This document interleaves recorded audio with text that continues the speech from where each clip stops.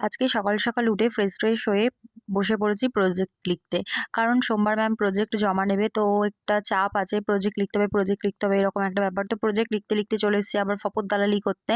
মানে মা মাছ ভাজছিল, সেটাকে একটু মানে উল্টাতে পাল্টাতে চলে এসেছি। এটাকে ফপর দালালি বলে। আর সবাই জানো সেটা। তারপর বিকালবেলা ভাত টাত খেয়ে চলে এসেছিলাম একটা বইয়ের দোকানে, মানে বই কিনতে এসেছিলাম। তো আসলে এখন আমাদেরকে একটু বইয়ের সাগরে ডুব দিতে হবে। আরো অনেকবার আসতে হবে এই বইয়ের দোকানে, কারণ এখন আমার অনেকগুলো বই কেনা বাকি আছে। আর যখনই আমি এই দোকানে বই কিনতে আসি তখন এই দিদিটার সাথে আমার দেখা হয়, কেন জানি না। মানে ওর সাথে হয়তো আমার কোনো একটা সম্পর্ক আছে, সে যাই হোক। তারপর এসে দেখছি মা এখানে নিমকি ভাজছে। তো আমাদের বাড়িতে সবাই চায়ের সাথে বিস্কুটের থেকে বেশি নিমকি বা এরকম কিছু জিনিস খেতে ভালোবাসে। তারপর চলে এসেছি আবার প্রজেক্ট লিখতে বসেছি। ওখানেও একটু ফপরদালালি করেছি।